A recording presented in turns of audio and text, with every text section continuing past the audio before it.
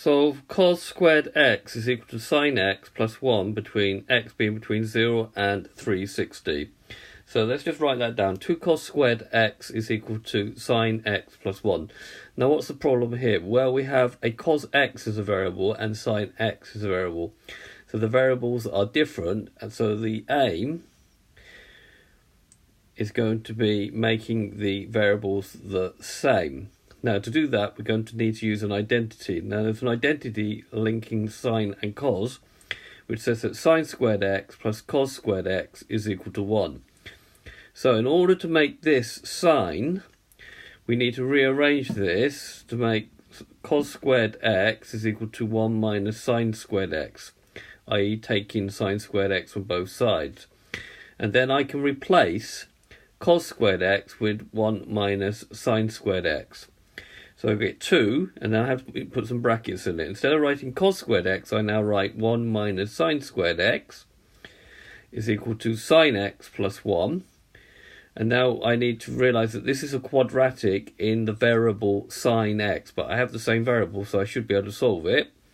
So multiplying by 2, we're going to get 2 minus 2 sine squared x is equal to sine x plus 1.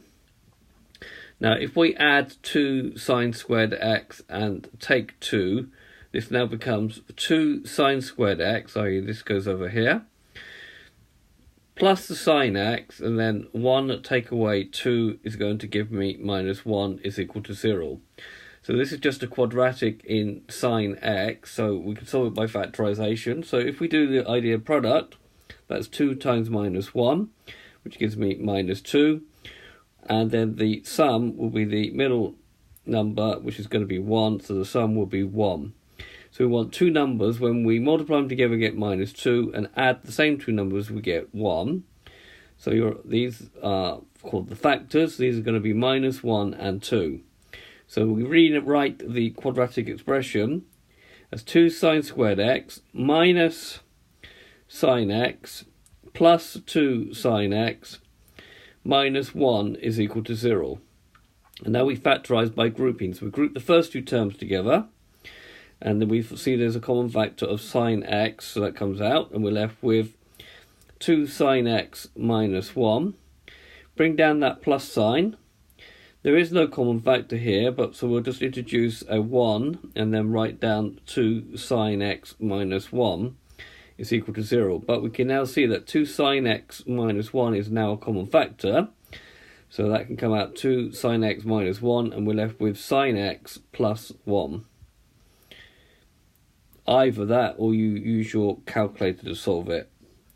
So, having now factorised it, we can now say that either 2 sine x minus 1 is equal to 0, which gives me 2 sine x is equal to 1. Sine x is equal to 1/2. Sine to the minus 1 of 1/2 is 30 degrees. And then if we do we're solving between 0 and 360 and do our South Asian Tennis Club, we want to know where sine is positive because we've got plus a half there.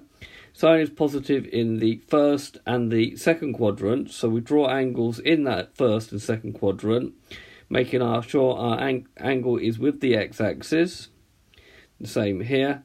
And then starting from here, we make our angles. So we're going to get that x is equal to 30. And then the next one will be this orange thing here, will be this angle, which we can get by doing 180 minus 30. And that's going to give me two angles with 30 or 150. So we'll come back to those in a minute. Or we can say that sine x plus 1 is equal to 0, which means that sine x is equal to minus 1. So the best way to find the angle using that is to draw a quick sketch of the graph of sine. So you should be able to sketch it very quickly by now. So it's minus 1, 1, and we've got 0, 90, 180, it's 270, 360. Sine looks like that. Where is it equal to minus 1? Well, it's at this particular point here, where x is equal to 270. So we're going to have that x is equal to 270.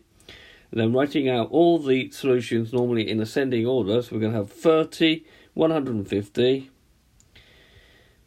or 270. So we've got three answers to this problem. Okay, so this has been a video where you have to use an identity to solve the equation. I hope you've understood, and I thank you very much for watching.